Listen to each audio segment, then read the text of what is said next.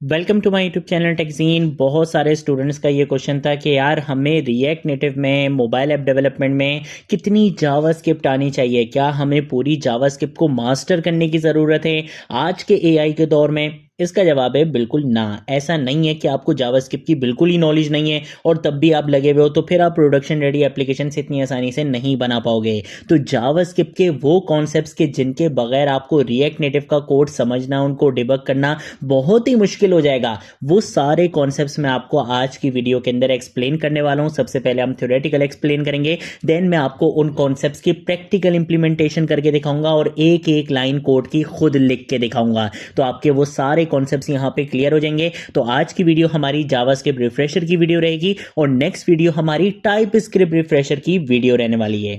ठीक है, सबसे पहले हम स्टार्ट करेंगे वेरिएबल्स के बारे में। कोई भी प्रोग्रामिंग लैंग्वेज आप स्टार्ट करते हो, सबसे पहला कॉन्सेप्ट, सबसे फाउंडेशन कॉन्सेप्ट जो बेसिकली आता है वो आता है वेरिएबल्स का। अब वेरिएबल्स क्या है? वेरिएबल्स बेसिकली ऐसी कंटेनर मेमोरी लोकेशन का नाम होता है जहां पर आप अपने डेटा को स्टोर करते हो। जैसे कि मुझे अगर अपना नाम स्टोर करना है तो मैंने एक वेरिएबल बना लिया, मुझे अगर अपनी एज स्टोर करनी है तो मैंने एक वेरिएबल बना लिया, मुझे अपनी सैलरी स्टोर करनी है तो मैंने एक वेरिएबल बना लिया। अब इसका बेनिफिट क्या है? अगर हमने वेरिएबल में अपने डेटा को स्टोर करवा दिया तो उस डेटा को अगर प्रोग्राम में आगे कहीं पर भी यूज करना हो तो हम डायरेक्टली वेरिएबल का नाम यूज कर सकते हैं, वो डेटा ऑटोमेटिकली वहां पे यूज हो जाएगा। अगर हम वेरिएबल यूज नहीं करेंगे तो उस वैल्यू को हमें बार बार 10 जगह पे रिपीट करना पड़ेगा। अगर हम रिपीट करेंगे तो प्रॉब्लम क्या आएगी कि एक तो कोड इनकंसिस्टेंसी रह जाएगी, दूसरी सबसे बड़ी प्रॉब्लम ये कि अगर आपको उस वैल्यू को अपडेट करना पड़ा, जैसे लेट सपोज एज की वैल्यू है 23, अब 23 का मैंने वेरिएबल नहीं बनाया, मैंने एज के नाम से वेरिएबल नहीं बनाया, बल्कि 23 को मैंने 20 जगह पे यूज कर लिया।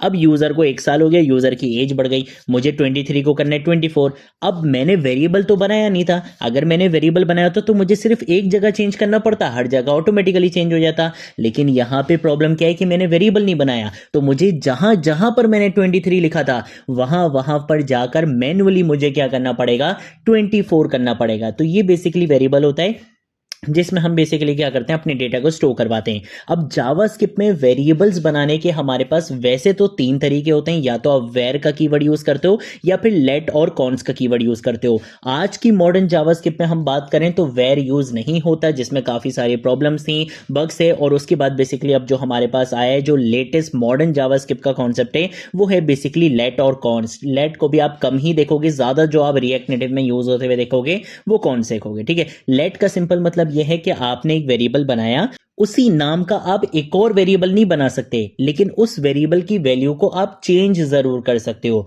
ऑन दी अदर हैंड अगर हम कॉन्स की बात करें तो यहां पर अगर मैंने एक वेरिएबल बनाया तो ना तो मैं उसी नाम का दोबारा कोई वेरिएबल बना सकता हूं और ना ही मैं उस वैल्यू को बेसिकली क्या कर सकता हूं, अपडेट कर सकता हूं, यानी कि चेंज नहीं कर सकता, रीअसाइन नहीं कर सकता। यहां पे रीअसाइन अलाउ होता है, यहां पे आप सेम नाम का वेरिएबल नहीं बना सकते लेकिन वैल्यू को रीअसाइन कर सकते हो, यानी कि वैल्यू को अपडेट जरूर कर सकते हो। अगर मैंने पहले 23 रखा, नेक्स्ट लाइन में आके अगर मैं बोलूं कि एज की वैल्यू को 24 कर दो तो वो कर देगा। लेकिन कॉन्स्ट में ऐसा नहीं होता। कॉन्स्ट का मतलब है कांस्टेंट, ये बोलेगा कि भाई ना तो अब इस नाम से कोई और वेरिएबल बन सकता है और ना ही इस वैल्यू को मैं चेंज होने दूंगा, रीअसाइन होने नहीं दूंगा। ये बेसिकली हमारे पास वेरिएबल्स का कॉन्सेप्ट होता है। अब बात करते हैं फंक्शंस के बारे में। फंक्शन एक काम करने वाला रीयूजेबल ब्लॉक ऑफ कोड होता है। एक बार बनाओ, जरूरत पर आप इसको क्या कर सकते हो, बार बार यूज कर सकते हो।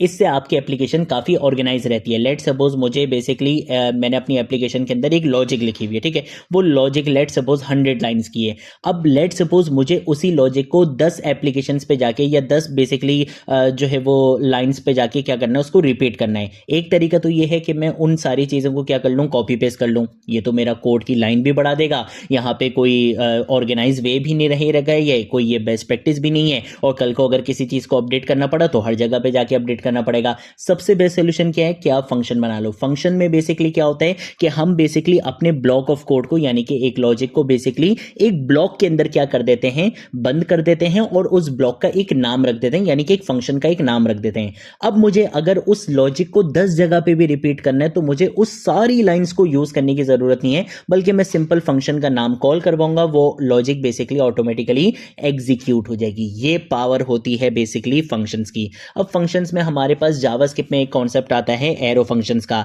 एरो फंक्शन लिखने का शॉर्ट और मॉडर्न तरीका है। रिएक्ट नेटिव में हम इसे बहुत ज़्यादा यूज़ करेंगे। इससे बेसिकली एक फ़ायदा ये भी होता है कि इसके अंदर होस्टिंग का कॉन्सेप्ट इंप्लीमेंट नहीं होता है। जावास्क्रिप्ट में बेसिकली एक कॉन्सेप्ट होता है होस्टिंग का। होस्टिंग में ये होता है कि जो बाय डिफॉल्ट फंक्शन के कीवर्ड से बेसिकली जितने भी फंक्शंस बने हुए होते हैं वो उसको टॉप पे ले आता है। तो इसका मतलब ये होता है सिंपल कि भाई अगर मैंने फंक्शन को पहले कॉल करवा दिया और बनाया बाद में और मैंने एरो फंक्शन का यूज नहीं करा तो वहां पे कोड चल जाया करता था, लेकिन दूसरी प्रोग्रामिंग लैंग्वेजेस में ऐसा नहीं होता था। तो इस प्रॉब्लम को सॉल्व किया एरो फंक्शन ने। एरो फंक्शन ने ये कहा कि भाई अगर आपने मुझे बनाने से पहले मेरे नाम को बेसिकली कॉल करवा दिया तो मैं आपको एरर दे दूंगा। वो बोलता है कि भाई पहले मुझे बनाओ देन आप मुझे कॉल करवा सकते हो, ऐसा नहीं हो सकता पहले कॉल करवा रहे हो बाद में बना रहे हो, ये चीज नहीं है, ठीक है ना। तो ये बेसिकली एरो फंक्शन होता है, ठीक है। अब अगर हम बात करते हैं ऑब्जेक्ट्स और एरेज की, तो भाई ऑब्जेक्ट क्या होता है, रिलेटेड इंफॉर्मेशन को की वैल्यू पेयर में स्टोर करवाना, ये बेसिकली क्या होता है, ऑब्जेक्ट होता है।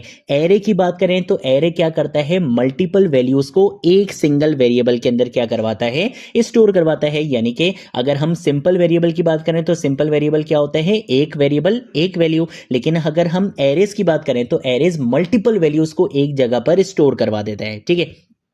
बहुत सारी जो प्रोग्रामिंग लैंग्वेजेस होती हैं उसमें बेसिकली टाइप एरे होता है, जिसमें क्या होता है कि एक ही टाइप का बेसिकली क्या आ सकता है, डेटा आ सकता है एक एरे के अंदर। लेकिन जावास्क्रिप्ट क्योंकि एक टाइप लैंग्वेज नहीं है, यहाँ पे टाइप्स का कोई कॉन्सेप्ट होता नहीं है, तो यहाँ पे आप एक ही एरे के अंदर multiple values, multiple data types की वैल्यूज को आप स्टोर करवा सकते हो, ठीक है। दोनों बहुत ज्यादा हम यूज करते हैं रिएक्ट नेटिव एप्लीकेशंस में। मोबाइल एप्लीकेशन में इसका क्या कनेक्शन है, एपीआई रिस्पॉन्सेज की बात करें, यूजर प्रोफाइल्स की बात करें, प्रोडक्ट्स की बात करें, मैसेजेस की बात करें, इन सब जगह पर मोस्टली हम ऑब्जेक्ट्स और एरेज का क्या कर रहे होते हैं, यूज कर रहे होते हैं। इसी के साथ साथ हम बात करते हैं एरे डीस्ट्रक्चरिंग की। अब एरे और ऑब्जेक्ट ने क्या किया था, मल्टीपल डेटा को कंबाइन करके जोड़कर एक सिंगल वैल्यू में कन्वर्ट कर दिया था।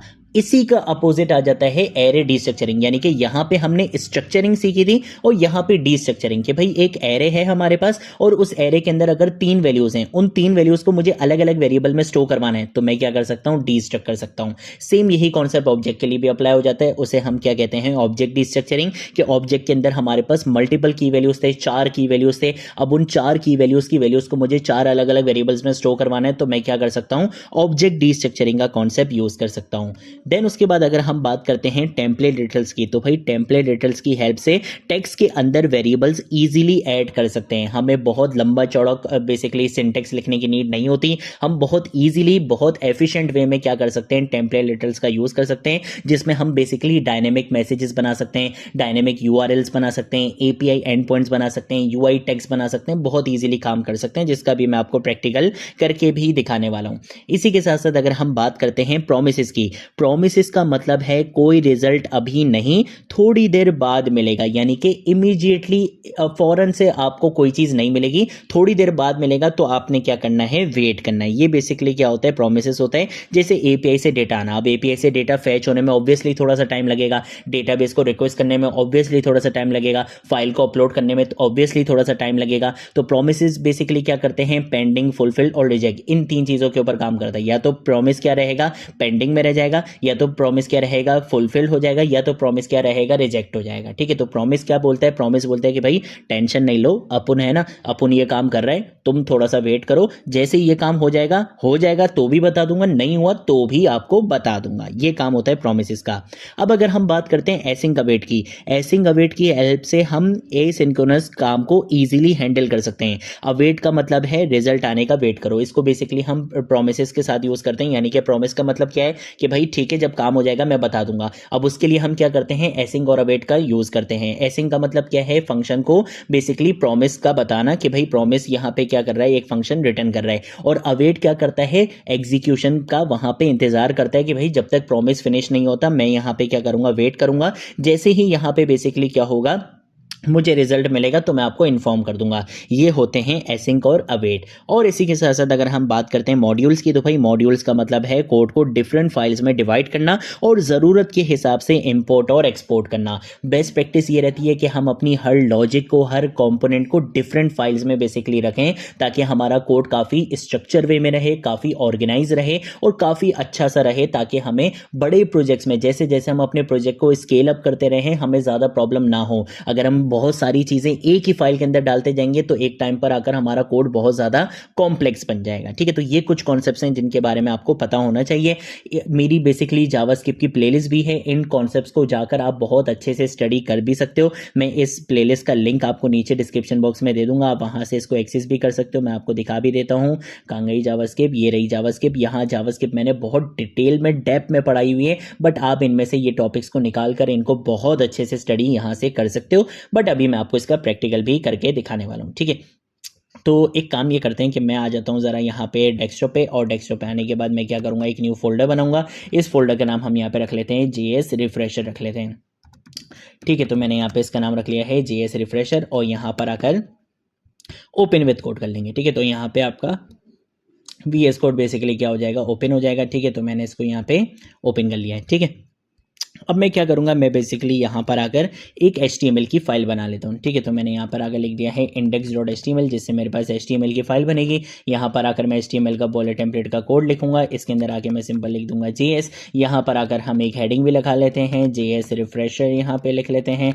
ठीक है, ताकि अच्छा सा वेब पेज लगे, और इसके साथ साथ हम यहाँ पे आके स्क्रिप्ट टैग का यूज़ करेंगे, और मैं यहाँ पे आके बोलूँगा कि script.js को लिंक करवा दो, यानी कि जावास्क्रिप्ट की फाइल को लिंक करवा दो। अब ये बनी हुई तो है नहीं, तो लिंक कहाँ से होगी, तो भाई बना भी लेते हैं, नाराज होने वाली कौन सी बात है। script.js लिखेंगे, यहाँ पे जावास्क्रिप्ट की फाइल भी बन जाएगी। अब क्या करेंगे, अब हम आते हैं सबसे पहले, और सबसे पहले हम डिस्कस करेंगे वेरिएबल्स को। ठीक है, तो वेरिएबल्स मैं सबसे पहले क्या करूंगा, लेट का कीवर्ड यूज करूंगा। मैंने आपको बताया कि मॉडर्न जावास्क्रिप्ट में दो कीवर्ड्स का यूज करते हुए वेरिएबल्स बना सकते हो, एक लेट और एक कॉन्स। ठीक है, तो मैंने पहले यहाँ पे लेट लिखा, नेम के नाम से एक वेरिएबल बनाऊंगा, और इसके अंदर मैंने यहाँ पर आकर एक वैल्यू असाइन करवा दी। लेट सपोज मैंने यहाँ पे लिख दिया फरजीन। ठीक है, और इसको हम सेव करते हैं। मैं आता हूँ index.html में, गो लाइव के बटन पे क्लिक करूंगा, ये हमारे वेब पेज पर खुल जाएगा। कंट्रोल शिफ्ट आई करूंगा, कंसोल में आ जाएंगे। यहाँ पे देखो, अभी कंसोल में आपको कुछ भी नहीं दिख रहा। ठीक है, क्यों नहीं दिख रहा, उसका रीजन ये है कि हमने इसको प्रिंट नहीं करवाया। तो लेट सपोज मैं यहाँ पर आता हूँ, यहाँ पे आके लिखता हूँ console.log, और बोलता हूँ नेम को जरा प्रिंट करवा दो। तो अब आप देखोगे यहाँ पे आपको फरजीन मिल जाएगा। ठीक है भाई, जबरदस्त सीन हो गया। अब एक और काम ये करते हैं, मैंने आपको बताया था लेट का कीवर्ड यूज करते हुए अगर आपने एक वेरिएबल बना लिया तो दोबारा इसी नाम का वेरिएबल नहीं बना सकते। तो अगर मैं दोबारा यहाँ पे आके लिखता हूँ let name equal to Ali, यहाँ पे लिखता हूँ, तो अब आप देखोगे कि ये मुझे एरर देगा, बोल कि भाई identify name has already been declare,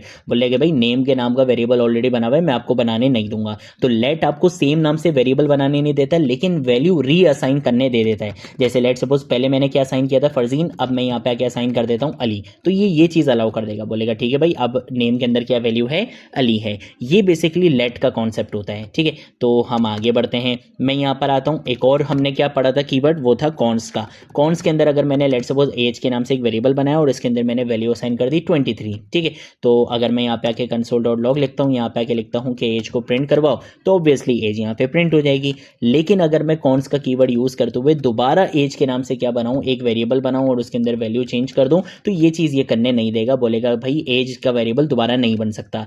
ये इस सेम नाम से वेरिएबल भी बनाने नहीं देता, और ये रीअसाइन भी नहीं करने देता। जैसे लेट ने रीअसाइन तो करने दिया था, क्योंकि कॉन्स का मतलब ही कॉन्स्टेंट है। अब अगर मैं इसको यहाँ पे आके चेंज करने की कोशिश करूँ, ये स्टिल मुझे क्या देगा, एरर देगा, बोलेगा कि भाई assignment to constant variable add. ठीक है, बोल रहा कि भाई आप असाइनमेंट नहीं कर सकते, कांस्टेंट वेरिएबल की असाइनमेंट नहीं की जा सकती। ठीक है, तो ये बेसिकली हमारे पास वेरिएबल्स का कॉन्सेप्ट होता है।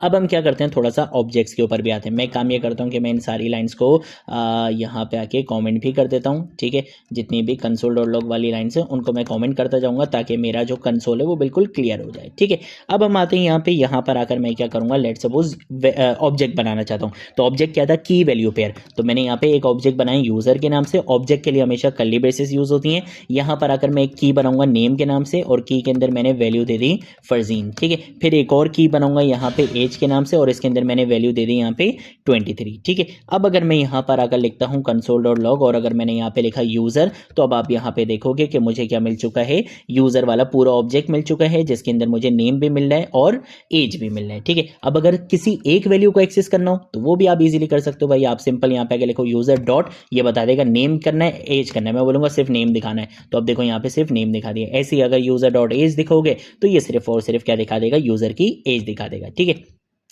तो ये तो बेसिकली हो गया हमारा क्या, ऑब्जेक्ट, जिसके अंदर हम की वैल्यू पेयर के अंदर मल्टीपल डेटा को स्टोर करवा सकते हैं।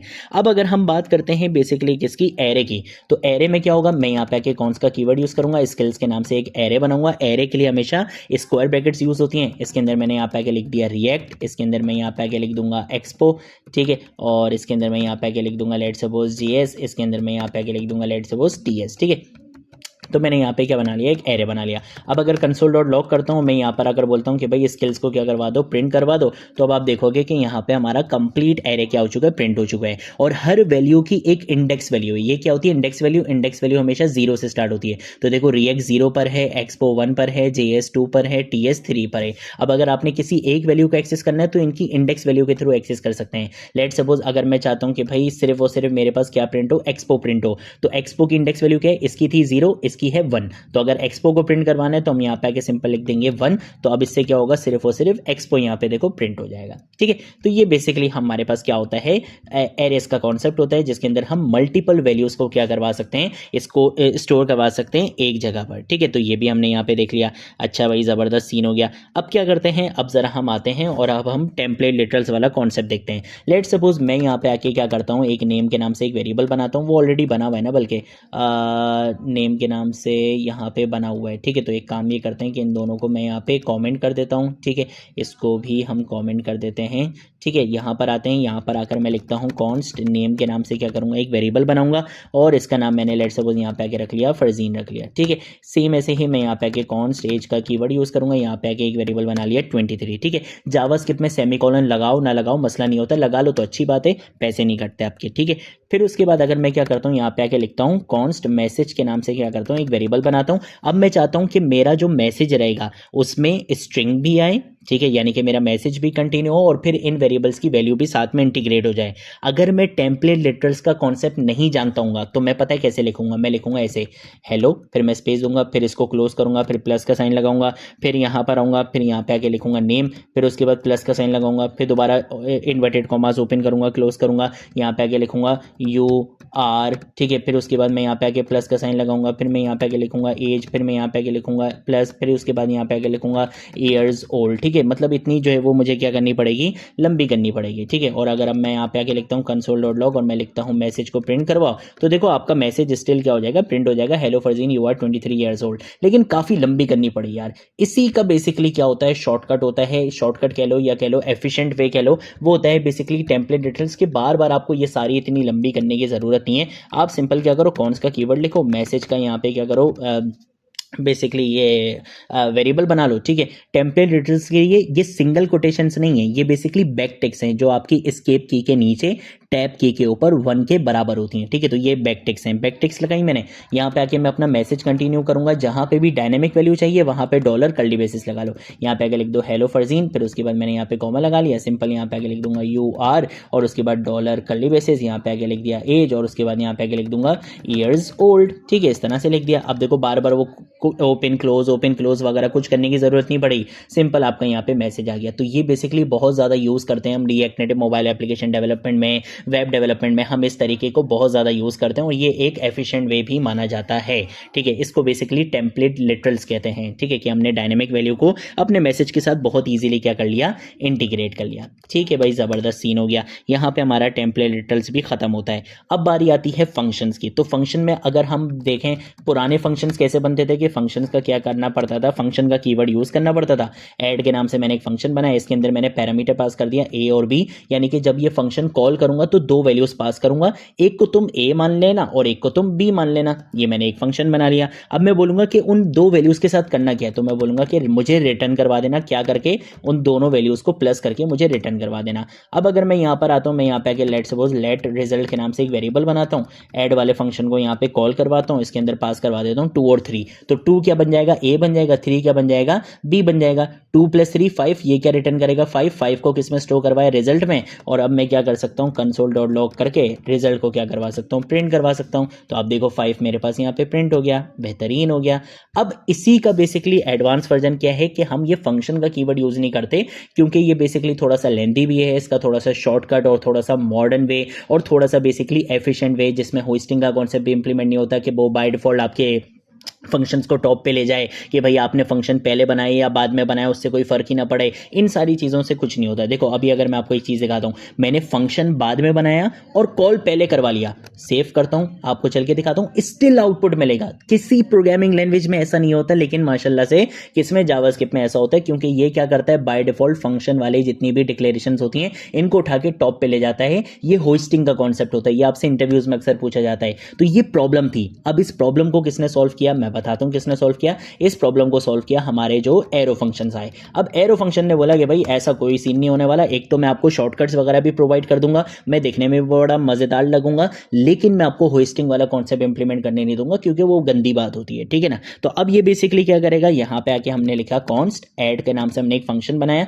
यहाँ पे जो बेसिकली सिंटेक्स होता है वो कुछ इस तरह का होता है कि हमने यहाँ पे अपने पैरामीटर्स बनाए, यहाँ पे इस तरह से एरो लगाया, कर्ली बेसिस लगा दी, इसके अंदर हमने सिंपल लिख दिया रिटर्न a प्लस बी लिख दिया, ठीक है। अब ये स्टिल आपको सेम रिजल्ट रिटर्न करेगा। देखो 5, क्योंकि 2 + 3 तो 5 ही होता है, लेकिन अगर मैं इसको ऊपर ले जाऊं, अब मैंने बोला कि भाई फंक्शन बाद में बनाए पहले कॉल हो रहा है, तो फंक्शन वाली चीज में तो ये हो गया था, लेकिन देखो यहां पे इसने ये चीज करने नहीं दी, ठीक है। तो ये बेसिकली हमारे पास एरो फंक्शन होता है। इसी चीज को आप बेसिकली क्या कर सकते हो, थोड़ा सा और शॉर्ट भी कर सकते हो। अगर मैं इसको यहाँ पे आके कमेंट करूं और मैं आपको एक और चीज दिखाऊं, इसको आप थोड़ा सा और शॉर्ट वे में भी लिख सकते हो।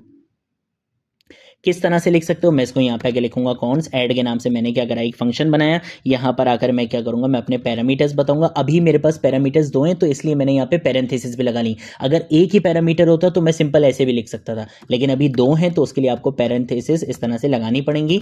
एक ही स्टेटमेंट है और रिटर्न की स्टेटमेंट है तो ना तो कर्ली बेसिस लगाने की जरूरत है और ना ही रिटर्न का कीवर्ड लिखने की जरूरत है। सिंपल यहाँ लिख दो a + b। अब आप देखो ये दिखने में कहीं से भी फंक्शन नहीं लग रहा, स्टिल ये बिल्कुल सही काम करेगा। देखो यहाँ पे क्या दिख रहा है, 5 दिख रहा है, ठीक है। तो ये बेसिकली हमारे पास क्या होते हैं, एरो फंक्शंस होते हैं, ठीक है। तो हमने यहाँ पे एरो फंक्शंस भी देख लिए। अब हम जरा डी स्ट्रक्चरिंग के ऊपर आ जाते हैं, एरे डी स्ट्रक्चरिंग और ऑब्जेक्ट डी स्ट्रक्चरिंग। पहले एरे डी स्ट्रक्चरिंग देख लेते हैं। मैं क्या करता हूँ, एक एरे बनाता हूँ। मैंने कलर्स के नाम से क्या कर लिया, एक एरे बनाया और इसके अंदर मैंने यहाँ पे आके लेट सपोज एक दे दिया रेड, एक दे दिया मैंने यहाँ पे आके ब्लू और एक दे दिया मैंने यहाँ पे आके ऑरेंज, ठीक है। ये मैंने एक एरे बना लिया। अब इसको मैं क्या करूंगा, डी स्ट्रक्ट करूंगा। डी स्ट्रक्ट का मतलब अलग अलग वेरिएबल्स में इसकी वैल्यूज को स्टोर करूंगा, ठीक है। तो मैं यहाँ पे कॉन्स का कीवर्ड लिखूंगा, मैं यहाँ पे वेरिएबल्स बना लूंगा। जैसे मैंने एक बना लिया फर्स्ट, एक बना लिया सेकंड। अब अगर आप थर्ड बनाना चाहो तो आप थर्ड भी बना सकते हो, तीनों वेरिएबल्स में स्टोर हो जाएगा। 2 बनाना चाहो तो 2 भी बना सकते हो, एक बनाना चाहो तो एक भी बना सकते हो। तो मैंने यहाँ पे आगे सिंपल लिख दिया कलर्स। अब ये क्या करेगा, ऑटोमेटिकली पहली वैल्यू उठाई फर्स्ट में स्टोर करा दी, दूसरी वैल्यू उठाई सेकंड में स्टोर करा दी, तीसरी वैल्यू उठाई, क्या तीसरी वैल्यू यहाँ पे दिख रही है, वेरिएबल दिख रहा है, नहीं दिख रहा तो तीसरी वैल्यू को छोड़ देगा। अब अगर मैं यहाँ पर आता हूँ, यहाँ पे आके मैं लेट सपोज console.log लिखता हूँ और मैं यहाँ पे आके लिखता हूँ फर्स्ट, सेम ऐसे ही मैं यहाँ पे आके लिखता हूँ सेकंड, तो दोनों वैल्यूज मेरे पास क्या हो जाएंगे, मेरे कंसोल में प्रिंट हो जाएंगे। देखो रेड और ब्लू दोनों प्रिंट हो गया, ठीक है। तो ये एरे डिस्ट्रक्चरिंग होता है कि हमने एरे को डिस्ट्रक्ट करके उनकी वैल्यूज को अलग अलग वेरिएबल में क्या करवा दिया, स्टोर करवा दिया। सेम ऐसे ही अगर यही चीज़ मैं यहाँ पर आकर किसके लिए अप्लाई करता हूँ, ऑब्जेक्ट के लिए भी अप्लाई करता हूँ, ऑब्जेक्ट डिस्ट्रक्चरिंग करूँ तो मैंने यहाँ पर आकर एम्प्लॉय के नाम से एक ऑब्जेक्ट बना लिया। इसके अंदर मैं सिंपल बोलूँगा कि भाई एक की है एन के नाम से और उसकी वैल्यू है यहाँ पे लेट सपोज फरजीन, ठीक है, इस तरह से कर लेते हैं। और एक और की है एस के नाम से जिसकी वैल्यू है लेट सपोज यहाँ पे 80,000 है, ठीक है। तो ये मैंने यहाँ पे कर लिया। अब ऑब्जेक्ट को डिस्ट्रक्चर करना है। जब एरे को करा था तो जब वेरिएबल्स बनाए थे तो उनको स्क्वायर ब्रैकेट में रखा था क्योंकि वो एरे डिस्ट्रक्चरिंग थी। जब ऑब्जेक्ट को करेंगे तो हम कर्ली बेसिस लगाएंगे, तो मैंने यहाँ पे कर्ली बेसिस लगा लिया, यहाँ पे लिख दिया एन और यहाँ पे लिख दिया एस और यहाँ पे आके हम सिंपल क्या करेंगे, एम्प्लॉय को यहाँ पे आके डिस्ट्रक्ट कर लेंगे। अब अगर मैं console.log के अंदर लिखता हूँ एन और यहाँ पे आके लिखता हूँ एस तो अब आपको आउटपुट में क्या मिल जाएगा, फरजीन और 80,000 यहाँ पे मिल जाएगा। ये हमने बेसिकली क्या कर ली है, ऑब्जेक्ट डिस्ट्रक्चरिंग भी यहाँ पे कर ली है। अब हम आते हैं प्रोमिसेस और एसिंग का वेट के ऊपर, ठीक है, जो बहुत इंपॉर्टेंट कॉन्सेप्ट है, इसके बारे में आपको बहुत अच्छे से पता भी होना चाहिए। आ जाते हैं हम जरा प्रोमिसेस और एसिंग का वेट के ऊपर, ठीक है। सबसे पहले एक प्रॉमिस बनाते हैं। मैं यहाँ पे क्या करूंगा, कॉन्स का कीवर्ड यूज करूंगा, फैच डेटा के नाम से क्या करूंगा, एक फंक्शन बनाऊंगा, ठीक है। तो मैंने यहाँ पर आकर एक फैच डेटा के नाम से एक एरो फंक्शन यहाँ पे बना लिया, ठीक है।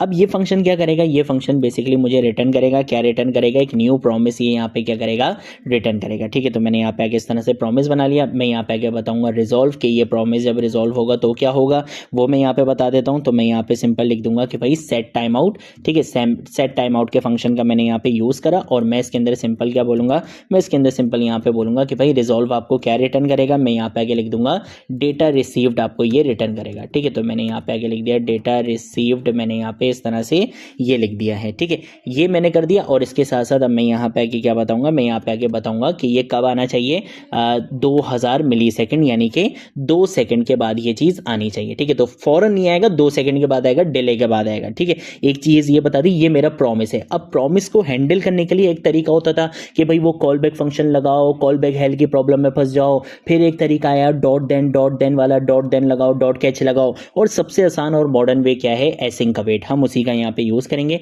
मैं यहाँ पे कौन सा कीवर्ड यूज़ करूँगा, शो डेटा के नाम से क्या करूँगा, एक फंक्शन बनाऊंगा, इस फंक्शन को हम बना लेंगे एसिंग, क्योंकि इस फंक्शन के अंदर हमें क्या मिलने वाला है, बेसिकली प्रॉमिस मिलने वाला है, प्रॉमिस रिटर्न होने वाला है। ठीक है, तो मैं यहाँ पे कौन सा कीवर्ड यूज़ करूँगा, डेटा के नाम से क्या करूँगा, एक वेरिएबल बनाऊंगा, यहाँ पे आके लिखूंगा अवेट, कि भाई आपने थोड़ा सा यहाँ पे वेट करना है, सब्र करना है किस चीज़ का, क्योंकि फेच डेटा के अंदर प्रॉमिस क्या हो रहा है, हैंडल हो रहा है। ऐसे ही यहाँ पे हम बेसिकली अवेट कहाँ पे लगाते हैं, जब एपीआई से डेटा फैच हो रहा हो, फैच एपीआई यूज़ करी हुई है, एक्सियोस यूज़ करा हुआ है, या कोई भी डेटाबेस रिक्वेस्ट वगैरह हो रही है, कोई भी चीज़ इस तरीके की हो रही है जहाँ पे आपको पता है कि आपको वेट करना पड़ेगा, वहाँ पे हमने अवेट लगा लिया और फंक्शन हमारा क्या बन जाता है, एसिंग बन जाता है। ठीक है, अब हम सिंपल यहाँ पे आके लिखेंगे console.log और मैं बोलूँगा मेरे डेटा को प्रिंट करवा दो। तो आपको कंसोल में क्या मिलना चाहिए, आपको कंसोल में बेसिकली मिलना चाहिए डेटा रिसीव। ठीक है, तो शो डेटा लिखेंगे, सेव करते ही फौरन चलेंगे यहाँ पे 2 सेकंड के बाद आपको यहाँ पे मिल गया डेटा रिसीव। ठीक है, दोबारा देख लो, पेज को मैंने यहाँ पे रिफ्रेश करा, 2 सेकंड के बाद आपको यहाँ पे मिल गया डेटा रिसीव। ठीक है, तो ये बेसिकली प्रोमिसेस और एसिंग का वेट का क्या होता है, कॉन्सेप्ट होता है। ठीक है, लास्ट में आ जाते हैं हम जरा, और हमने बेसिकली देखना है कि भाई ये आपके पास क्या होता है, क्या होता है आपके पास, आखिरी कॉन्सेप्ट कौन सा था, मैं खुद भूल गया। आखिरी कॉन्सेप्ट था हमारा मॉड्यूल्स वाला, हाँ मॉड्यूल वाला, गजनी वाली याददाश्त है मेरी भी। ठीक है, तो एक काम ये करते हैं कि एक मॉड्यूल बनाते हैं। ठीक है, मैं क्या करूँगा, एक डिफरेंट फाइल बनाऊंगा, लेट सपोज मैंने यहाँ पे एक फाइल बना ली math.js के नाम से। ठीक है, अब इसके अंदर कोड क्या लिखना है, इसके अंदर लेट सपोज मैं क्या करता हूँ, एक सिंपल सा कोड लिखता हूँ। मैं यहाँ पे आके लिखूंगा कौन सा कीवर्ड, मैंने यहाँ पे लिखा ऐड, और उसके बाद मैंने यहाँ पे आके लिख दिया कि भाई एक फंक्शन बना लिया a, b। ठीक है, उसके बाद हमने यहाँ पे आके सिंपल लिख दिया कि ये क्या करेगा, a और प्लस b को आपको रिटर्न करवाएगा। अब इसको बेसिकली यूज करना है एक फाइल के अंदर, तो यहां से एक्सपोर्ट करवाना पड़ेगा और यहां पे इंपोर्ट करना पड़ेगा। ठीक है, तो मैं यहां पर आऊंगा, यहां पे आके मैं क्या करूंगा, अबे यार यहां पे आके मैंने एक्सपोर्ट का कीवर्ड लिखना है। अब एक्सपोर्ट करवा दिया, इसका मतलब है दूसरी फाइल में इंपोर्ट करवा सकता हूं, तो मैं यहां पे आके लिखूंगा इंपोर्ट। क्या करूंगा, मैं बोलूंगा कि भैया इंपोर्ट करवाना है, किसको इंपोर्ट करवाना है, मैं बोलूंगा ऐड को इंपोर्ट करवा लो, कौन सी वाली फाइल से, मैथ वाली फाइल से। और अब सिंपल console.log के अंदर हम क्या कर सकते हैं, ऐड वाले फंक्शन को कॉल करवा सकते हैं। इसके अंदर मैं पास करवा दूंगा 10 और 20। डायरेक्टली ये नहीं चलेगा, उसका रीज़न ये कि ये मॉड्यूल्स को डायरेक्टली इस तरह से सपोर्ट नहीं करेगा। ये बोलेगा कि भाई आपको मुझे बताना पड़ेगा कि टाइप क्या है। ठीक है, तो मैं यहाँ पे आके लिख दूंगा टाइप, और इसके अंदर मैं यहाँ पे आके लिख दूंगा मॉड्यूल। अब ये समझ जाएगा कि भाई आप मॉड्यूल्स बना के काम कर रहे हो, मल्टीपल फाइल्स के साथ काम कर रहे हो। तो अब ये बेसिकली, अच्छा ऐड नाम का यार मैंने फंक्शन पहले ही बनाया हुआ था, तो इसको हम यहाँ पे लिख लेते हैं एड्स लिख लेते हैं। ठीक है ना, और इसको भी मैं यहाँ पे आगे एड्स लिख लेता हूँ। ठीक है, और इसी के साथ साथ आप यहाँ पे आके क्या लिख दोगे, .jsp लिख दोगे, पूरी फाइल का पाथ आपको यहाँ पे लिखना पड़ेगा, और आपको इन दी एंड यहाँ पे आउटपुट भी मिल जाएगा 30। ठीक है, तो ये हमारे पास कॉन्सेप्ट होता है। ये कुछ वो कॉन्सेप्ट्स हैं जो आपके लिए बहुत ज़्यादा ज़रूरी हैं एज अ जावास्क्रिप्ट रिफ्रेशर। आपको इन कॉन्सेप्ट्स के बारे में थोड़ा बहुत पता होना चाहिए। ये थी हमारी आज की वीडियो। अगर कोई चीज़ नहीं समझ आए, नीचे कॉमेंट सेक्शन में पूछ लेना, सोशल मीडिया अकाउंट से पूछ लेना, मैं ज़रूर आप लोगों को रिस्पॉन्ड करूँगा। नेक्स्ट वीडियो टाइपस्क्रिप्ट रिफ्रेशर के ऊपर रहने वाली है। नीचे डिस्क्रिप्शन बॉक्स में आपको बेसिकली क्या मिल जाएगा, जावास्क्रिप्ट प्लेलिस्ट का लिंक भी मिल जाएगा, और इसी के साथ साथ आपको AI कम्युनिटी का लिंक भी मिलेगा, उसे भी जरूर ज्वाइन कर लें। आज की वीडियो के लिए इतना ही, अब हम मिलेंगे नेक्स्ट वीडियो में नेक्स्ट टॉपिक के साथ। तब तक के लिए बाय बाय।